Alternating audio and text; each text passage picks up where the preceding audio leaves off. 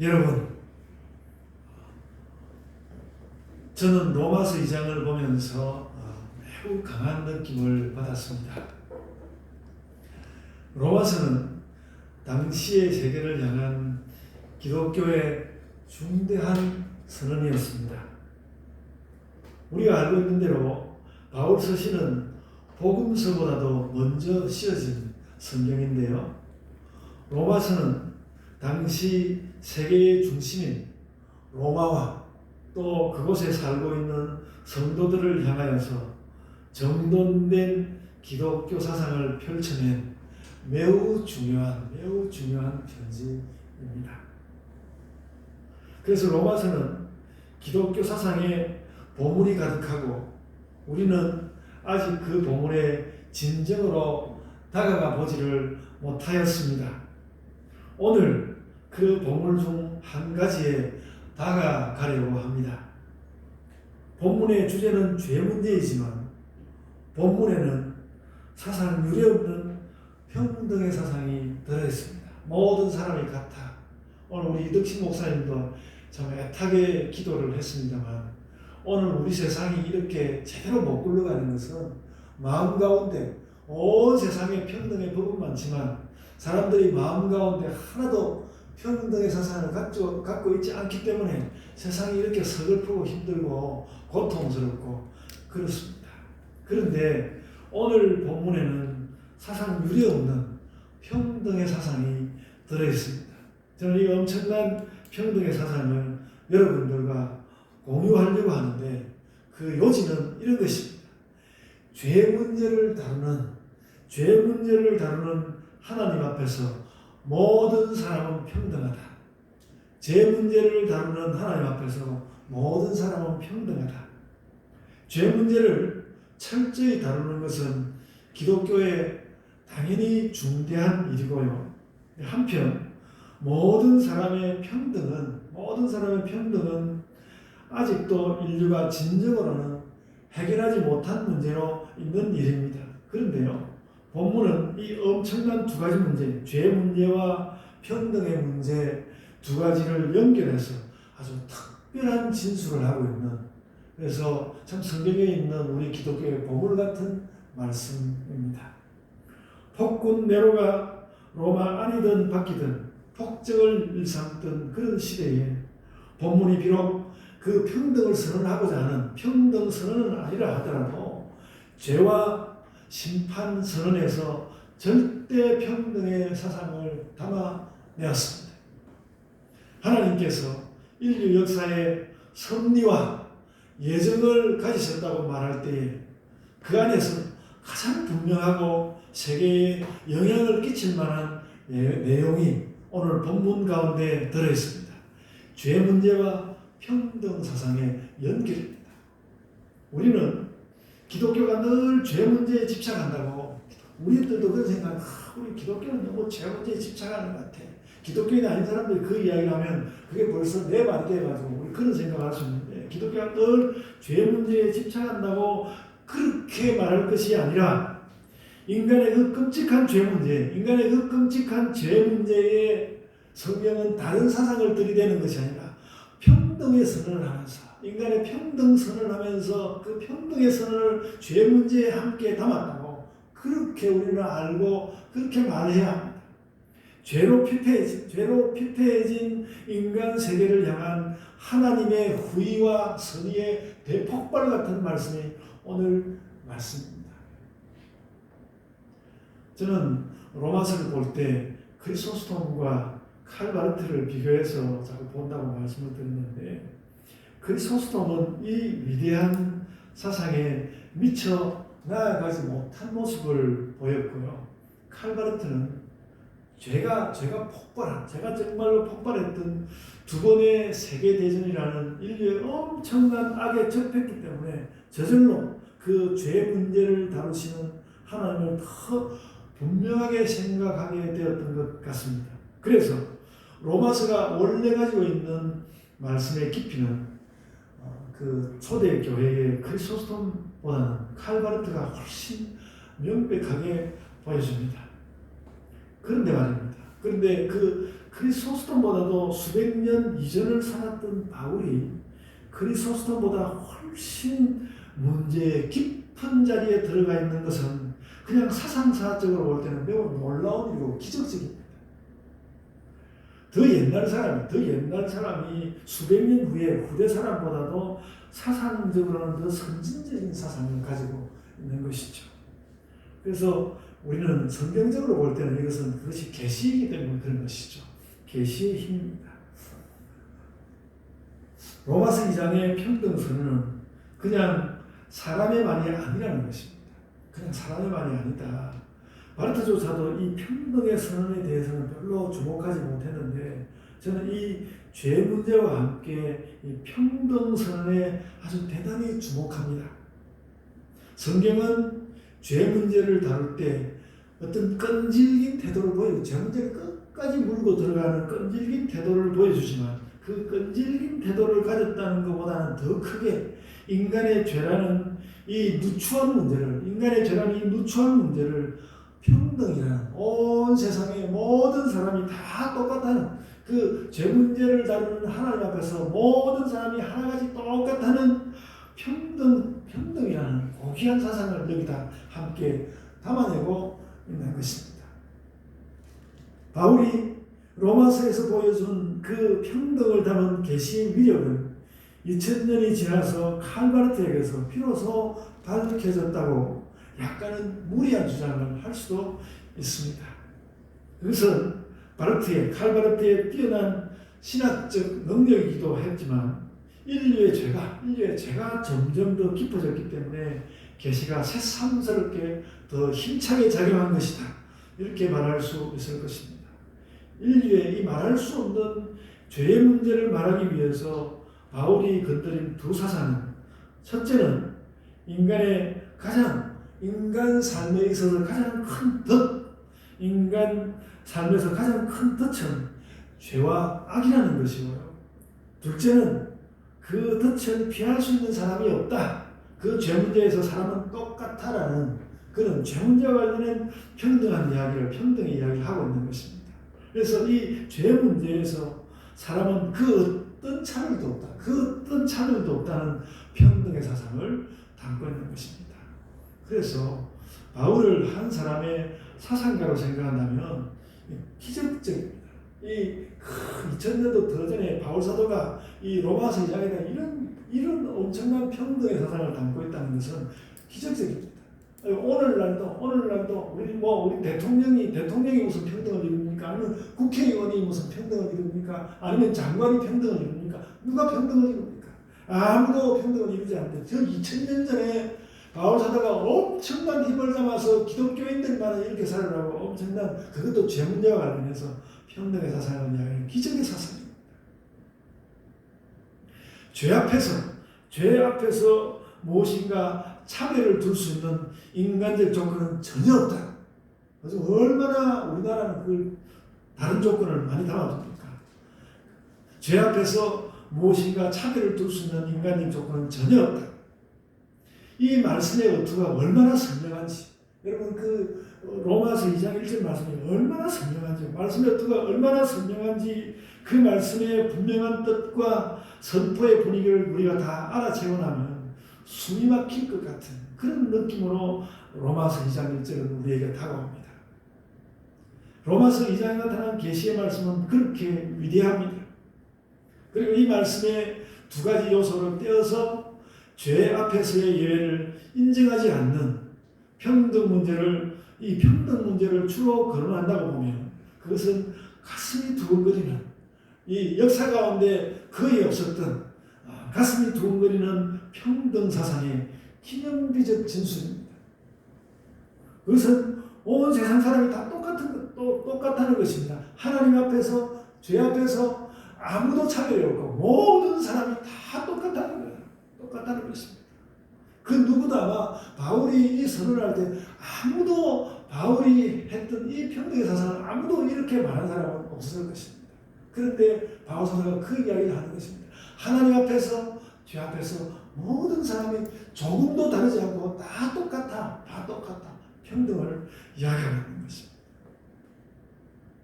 이것은 정말 논문을 써야만 완전히 알 수 있다고 생각하는데요. 죄 문제를 다루는 하나님 앞에서 인간의 평등이라는 로마서의 이 평등 사상은 아마도 인간의 지성사 속에서 인간 지성사 속에서 평등이라는 이슈를 다루는 매우 역사적인 자리를 좀 차지할 것이다. 그렇게 생각합니다. 죄 문제를 그렇게 다가갑니다. 자꾸 기독교인들이 죄 문제를 가지고 막 다른 사람을 올가맨다고 생각하는 것이 아니라 죄 문제와 함께 바울 사도는 온 세상 사람들이 똑같다는 평등의 문제를 다루고 있는 것입니다. 온 인류에 대한 평등 선언으로 이만큼 철저하고 적절할 수가 있을까? 그런 생각이 드는 너무나 철저한 인류의 끝까지 미치는 평등 선언입니다. 다시 말씀드리지만 로마서 2장은 죄악이라는 인간의 가장 누추한 문제의 평등이라는 고귀한 사람으로서는 가질 수 없는 신적인 사상을 결부시킨 말씀입니다. 그런 면에서 로마서는 너무나 고귀한 우리 기독교의 유산이라는 말씀, 너무나 고귀한 기독교의 유산이고 로마서 2장도 마찬가지로 우리 인류가 가진 기독교가 가진 엄청난 유산이라는 말이죠. 그래서 제가 다른 일들로 시달리지 않는다면 로마서 2장 1절을 너무나 암송하고 싶습니다. 꼭 암송할 겁니다. 로마서 2장 1절 너무나 암송하고 싶은 말씀입니다. 여러분, 지금은 좀 어려운 이야기를 하려고 하는데 어렵다고 생각하지 마시고 좀 들어주시면 좋겠습니다. 그래서 이 로마서 2장 1절을 가만히 들여다보면요, 이 말씀은 윤리학으로 치면 그 칸트 실천 이성립판의 정언명법을 상기시킵니다. 이 칸트의 정언명법, 그렇게 사실 어려운 말은 아닙니다. 이 칸트의 정언명법이라는 말은 칸트 자신이 이렇게 우리에게 해설을 해주었습니다. 너의 행위의 준칙이 보편적 법칙에 어긋나지 않도록 행동해라. 어렵죠. 조금 더 쉽게도 이야기했습니다. 이런 말입니다. 여러분, 좀 전에 말한 어려운 말 잊어버리고요. 그 어려운 말 많은 사람들이 하니까 제가 한번 읽어봤고, 그 말을 좀 쉽게 해설하면 이런 뜻입니다. 네가 하고자 하는 일이 동시에 누구에게나 통용될 수 있는 일이 되도록 해라. 그 말이에요. 정언명법이라는 게 내가 하고자 하는 일이 누가 봐도 옳다. 그러니까 네가 하고자 하는 일이 어떤 사람에게는 옳고 어떤 사람에게는 그게 아니고 네가 하고자 하는 일이 누가 생각해도 옳다. 그렇게 하는 것이 그게 정언명법이에요. 그 정언명법이라는 조건 붙이지 않고 딱 이 말만 할 수 있는 그 말, 말만 하면 옳은 말, 그게 정언명법이라는 말이거든요. 어렵지 않은 말입니다. 네가 하고자 하는 일이 누가 봐도 옳다고 하는 그런 일을 해라. 그런 뜻이거든요. 그런 이야기입니다. 자, 그래서 내가 무슨 행동을 할 때 내 생각은 그래. 네 그렇게 생각하냐? 내 생각은 달라. 내 생각은 그래라고 하면서 어느 정도 고집을 부리는 것이 아니라 모든 사람이 인정할 수밖에 없는 방식으로 해야만 된다. 그것이 칸트의 윤리학이거든요. 사실 이 이야기는 사실은 거의 상식에 가까운 이야기입니다. 거의 상식에 가깝습니다. 윤리학 안에 들어가면 복잡한 것이 있지만 거의 상식에 가까운 이야기입니다. 그런데 말입니다. 여러분, 그런데 말하자면 오늘 우리 본문 2장 1절 말씀에는 그 정언명법의 냄새가 난다는 것이죠. 바울이 제시한 보편법칙이 무엇입니까? 모든 죄는 똑같이 처벌받는다. 이거 누가 부인할 수 있습니까? 모든 죄는 똑같이 처벌받아야 한다.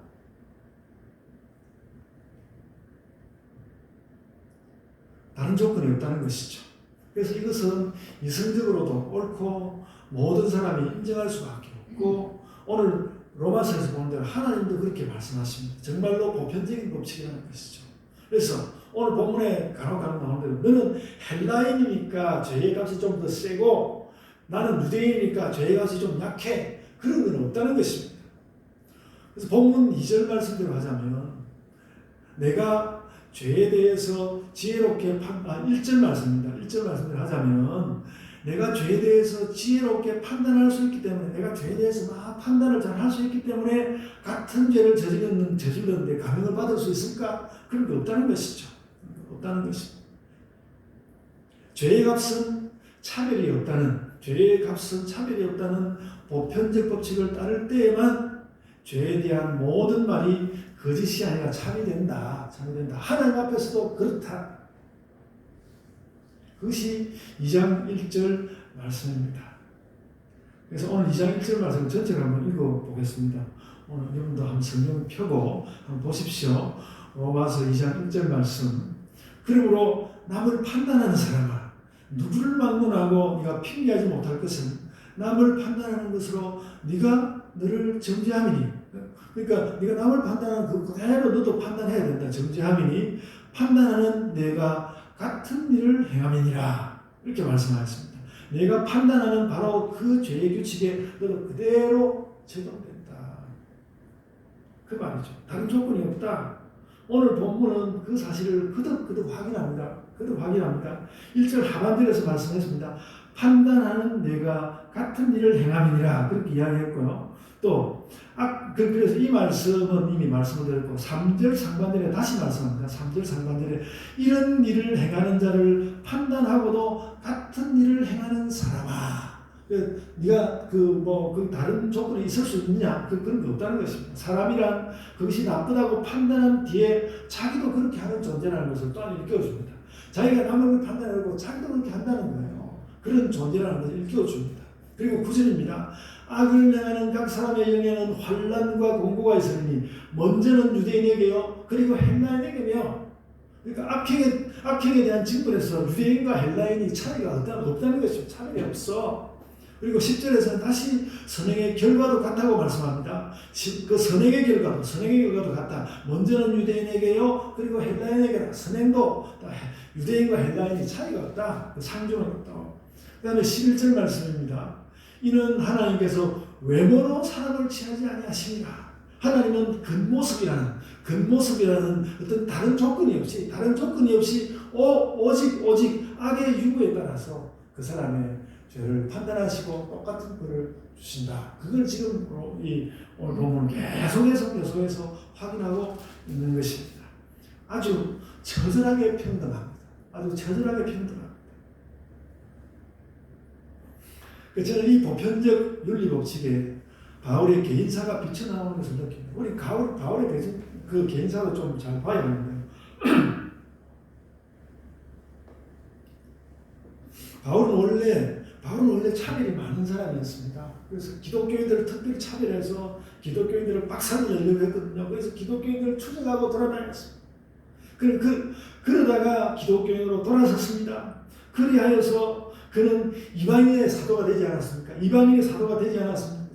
그러나 그가 기독교인이 되었다고 해서 언제 그가 기독교인이 되었기 때문에 유대인을 잡아 다녔습니까? 유대인을 죽이려고 다녔습니까? 안 그러지 않았습니까? 이제 바울 사도에게는 모든 사람이 복음 전파의 대상이 된 것이죠. 보편적으로. 바울이 무슨 명분과 무슨 정당성으로 이방인들에게 복음을 전했겠습니까? 복음은 차별이 없다는 것이죠. 복음은 차별이 없기 때문에 내가 전한다. 복음은 차별이 없다. 복음은 보편적이라는 것입니다. 그리고 복음에 차별이 없는 것이라면 악행에 대한 하나님의 판단에서 차별이 없다. 다시 말씀드리지만 복음에서 그런 평등과 무차별성은 처절한 정도예요. 끝까지 그래야 합니다. 그러니까 악의 징벌에서 차별이 없다는 이 입장은 복음의 평등함과 마찬가지로 기독교의 큰 영적인 유산.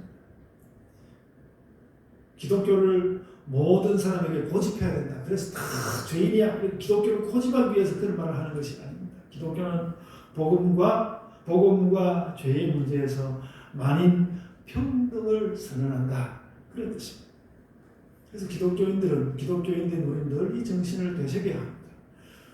근데 여러분, 우리 한국 사회에서 제가 이 말씀을 간혹 드립니다. 우리 한국 사회에서 특별히 기독교인들이 더 불거지게 나타나서 차별금지법을 가장 반대하는 것은 정말로 이상한 일이에요. 너무너무 이상한 일이에요. 그래서 이찬수 목사를 정말로 인정할 수 없어요. 그런 여러 면에서 유럽의 백인들은 유럽의 백인들은 또 참 야만적이었습니다. 너무나 야만적이었습니다.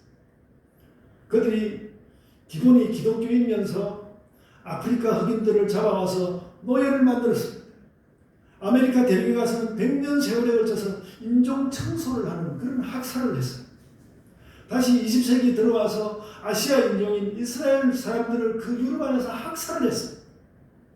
역사적으로 유럽 백인들이 건드리지 않은 대륙과 인종이 없습니다. 그렇게 말해야 할 것입니다. 많은 기독교인들이 예수님을 믿으면서 이런 잔인한 짓을 했습니다. 그러니까 기독교인들도 오늘 우리 안에도 사람들 안에는 이런 악의 씨앗이 있다는 것입니다. 기독교인들의 가장 어두운 역사예요. 이 어두운 역사입니다. 그러니까 죄 앞에서 평등하다는 것을 기독교인들이 오늘날까지 계속 인정 안 하고 있는 것이죠.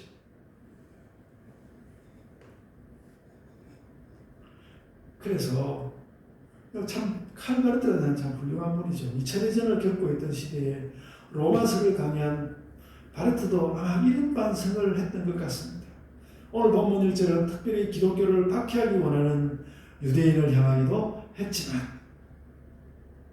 바울이 이런 말씀으로 단지 유대인을 공격한 것이라고 말할 수는 없을 것입니다.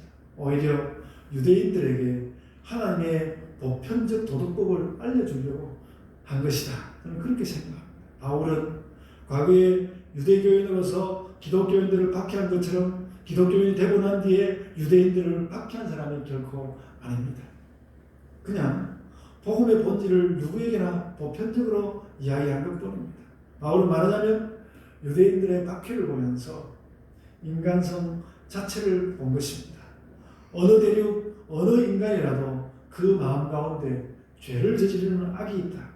그런데 뿐만 아니라 그가 어디 속한 누구이든지 악행에 대한 하나님의 징벌은 동일하다. 하나님의 징벌은 동일하다. 이치로 봐서는 당연한 일이지만 그것을 평등의 사상에 담아서 말하는 것은 분명 쉽지 않았다고 보는데 바울이 그 일을 해냈고 그 2000년 전에 이렇게 실려있고 계시의 말씀이니까 그렇게 본 것이죠. 그래서 사람으로 치면 바울이 엄청난 대단한 사상가였고요. 그러나 그 사상은 인간 바울이 아니라 예수께로부터 나온 것이죠. 가장 약한 사람을 위해서 목숨을 내줄 수 있는 예수 그리스도로부터 그것이 나온 것이죠. 평등은 그렇게 나온 것입니다. 그러니까 이런 로마서의 이런 기록을 보면 평등의 사상은 십자가로부터 오지 않았을까? 그렇게 말할 수 있는 것이죠. 그래서 여러분 이렇게 말할 수 있습니다. 성경은 기독교보다 말할 수 없이 더 거룩하고 더 평등하다. 그렇게 말할 수 있을 것입니다. 그런 면에서 기독교와 기독교인들은 자꾸 성경으로 돌아가게 되었습니다. 그래서 칼바르트의 로마서 강의는 다시 성경으로 돌아온 하나님을 떠나서 제멋대로 죄 저지르다가 다시 성경으로 돌아온 기독교인들의 그 깨우침입니다. 그렇게 로마서 2장은 역사상 그 특성이 너무나 뚜렷한 평등의 선언이었습니다. 우리는 성경에서 이렇게 훌륭한 정신을 전수받아서 살고 있는 것입니다.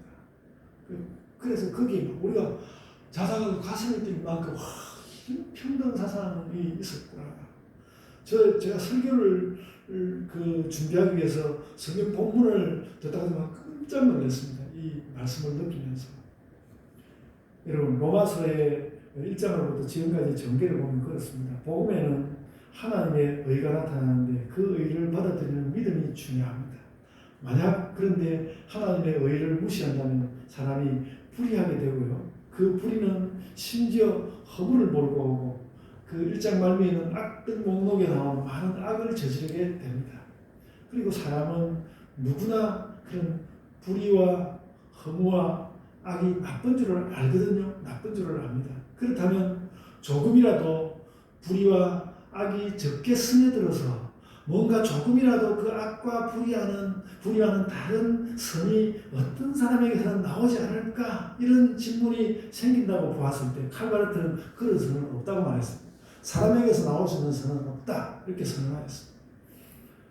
로마서 3장 10절에 의인은 없나니 하나도 없다고 말씀합니다. 똑같은 어투로 칼바르트가 그렇게 선언하였습니다. 사람으로부터 뭔가 조금 낮게 나올 수 있는 선이 있을 수 없을까? 없어. 칼바르트 잘라서 말했습니다. 그래서 바르트의 그런 깨달음은 오늘 본 말씀과 자신의 그 시대상으로부터 나왔다고 생각됩니다. 전쟁으로 폐허가 되어 있는 상황 가운데서 사람에게서는 그 어떤 의미 있는 선도 나오지 않는다는 것을 그 전쟁 가운데서는 그걸 깨달은 것이죠. 아, 사람에게서는 선이 나오지 않는 거구나. 바르트는 그렇게 바울의 그런 식으로 그 어려운 시기 가운데서 바울의 원래 의도를 포착한 것으로 보입니다. 좀 선한 듯 하지만 죄를 떠나지 못한 모호한 선에 대해서 바울이 무슨 말을 했는가 하면요. 타인의 선과 악을 판단할 능력이 있다 하더라도 그 사람도 악을 저지른다는 면에 있어서는 하나도 다를 것이 없다. 조금 더 나은 것이 있는 것이 아니다. 이렇게 말했습니다. 전에도 말씀을 드렸지만 실존주의자 키에케고르가 그런 말을 했습니다. 사람은 이성을 가졌고 그 이성은 도덕적 태도가 무엇인지를 잘 알려주지만 사람은 그 이성이 알려주는 대로 이성이 깨닫게 하는 대로 살지 않는 특성을 함께 가지고 있다. 그렇게 말하였습니다. 그래서 키에케고르는 그것을 인간의 원죄를 담은 죄성이라고 보았습니다. 그리고 선을 행할 줄 알고도 행하지 않는 사람의 특성을 말하지 않는다면 그것은 전혀 인간을 이야기하지 못하는 것이라고 그렇게 말하였습니다. 이 키에케고르는 비판도 많이 받지만 저는 이 부분에서 인간의 죄 문제에 대해서 정말 철저히 밝혀준 사람이라고 생각합니다. 이성은 참 인간이 되기 위해서 매우 좋은 도구이지만 인간은 결코 이성이 말하는 대로 살지 않는다. 오늘 본문은 바로 그 이야기를 하고 있는 것입니다. 그렇게 살지 않고 누구나 똑같아. 유대인도 헬라인도 로마인도 다 똑같다고 말씀하고 있는 것입니다. 악을 악하다고 판단할 수 있다고 해서 악을 삼가는 것이 아니다. 악을 악하다고 판단할 수 있다고 해서 악을 저지르지 않는 것이 아니다. 모든 사람이 악을 행하며 선의 가능성은 전혀 없다. 이렇게 말하였습니다. 그러면 모두 다 너도 나도 모두 멸망하고 끝이라는 것인가? 4절 말씀이 그 질문에 대해서 답하고 있습니다. 하나님의 인자하심과 또 회개하게 하시고 용납하시고 길이 참으신 이 멸망을 막는 유일한 통로라는 것입니다. 여러분, 죄를 판단할 수 있는 자도 죄를 저지르는 인간의 특성과 그 죄의 끔찍함을 인간들이 넘어갈 수 있도록 하나님께서 그렇게 조치하십니다. 무엇으로? 인자하시고 회개하게 하시고 용납하시고 참으시고 그래서 예수님 보내시고 그렇게 하시는 것이죠. 그렇게 하심으로 하나님께서 그렇게 하심으로 우리가 죄를 넘어가는 것이다. 바울사도 오늘 로마서 2장에서 그것을 가르치고 있는 것입니다.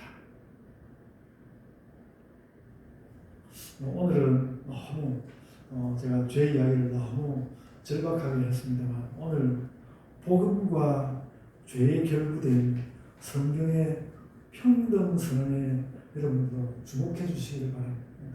그러니까 오늘날도 이것을 넘을 평등 사상이 있을까? 저는 그렇게 생각합니다. 이 로마서 2장에 죄를 빌미로해서 죄라는 누추한 이야기, 인간의 그 죄악이라는 누추한 이야기를 이렇게 거룩한 그 하나님에게서 올 수 있는 평등 이야기로 돌려서 이야기하고 있는 이 성경 말씀이 얼마나 거룩한가 그렇게 고백해야 되는 것 아닙니까? 오늘 그 말씀을 깨달은 것으로 우리가 만족하고요. 그리고 나의 죄에 대한 하나님의 비책은 그의 인자하심, 그의 회개하게 하심, 그의 용서하심, 그의 참으심에 있다는 것을 우리가 깨달아야 할 것입니다. 아멘. 이제 로마서의 다음 말씀을 기대하고 오늘 말씀을 뵙겠습니다. 제가 기도하겠습니다. 주님, 바울 사도를 통하여 아버지 하나님께서 얼마나 세상 사람들이 평등하게 살 것을 하나님이 얼마나 그렇게 원하시는지 저희가 보고 듣고 깨닫고 저희의 가슴을 칩니다. 아버지 하나님, 우리의 마음 가운데 얼마나 평등을 이루지 못하는 마음, 그 비뚤어진 마음을 많이 가지고 있는지 주님, 그것을 또한 이 시간에 되돌아봅니다. 주님, 저희의 마음 깊은 것과 또 행동의 모든 것과 입술의 모든 소리가 오늘 하나님께서 그 바울의 입술을 통하여 말씀한 그 평등의 이야기를 담아내게 하여 주시옵기를 원하옵나이다. 이것이 예수 그리스도를 전하는 자들에게서 반드시 관철되어야 하는 일인 줄 알고, 참 복음을 전하지만 그 악들도 함께 가지고 들어와서 전하기만 했던 이 기독교의 그 거짓 역사, 어두운 역사를 저희가 넘어가는 것은 무엇인지 저희가 작을지라도 그것을 물으며, 그것을 우리가 온 세상을 바꿔놓지는 못한다 할지라도 우리의 선교는, 우리의 전도는, 우리의 삶은 그 아버지 하나님의 평등이라는 그 신적인 사상에 답하는 것이 되게 하여 주옵소서. 저희의 삶을 아버지 하나님께서 지켜주시고 우리의 한 걸음 한 걸음을 조심스럽게 나아가는 자들이 되게 하여 주옵소서. 감사하고 예수님 이름으로 기도드리옵나이다. 아멘.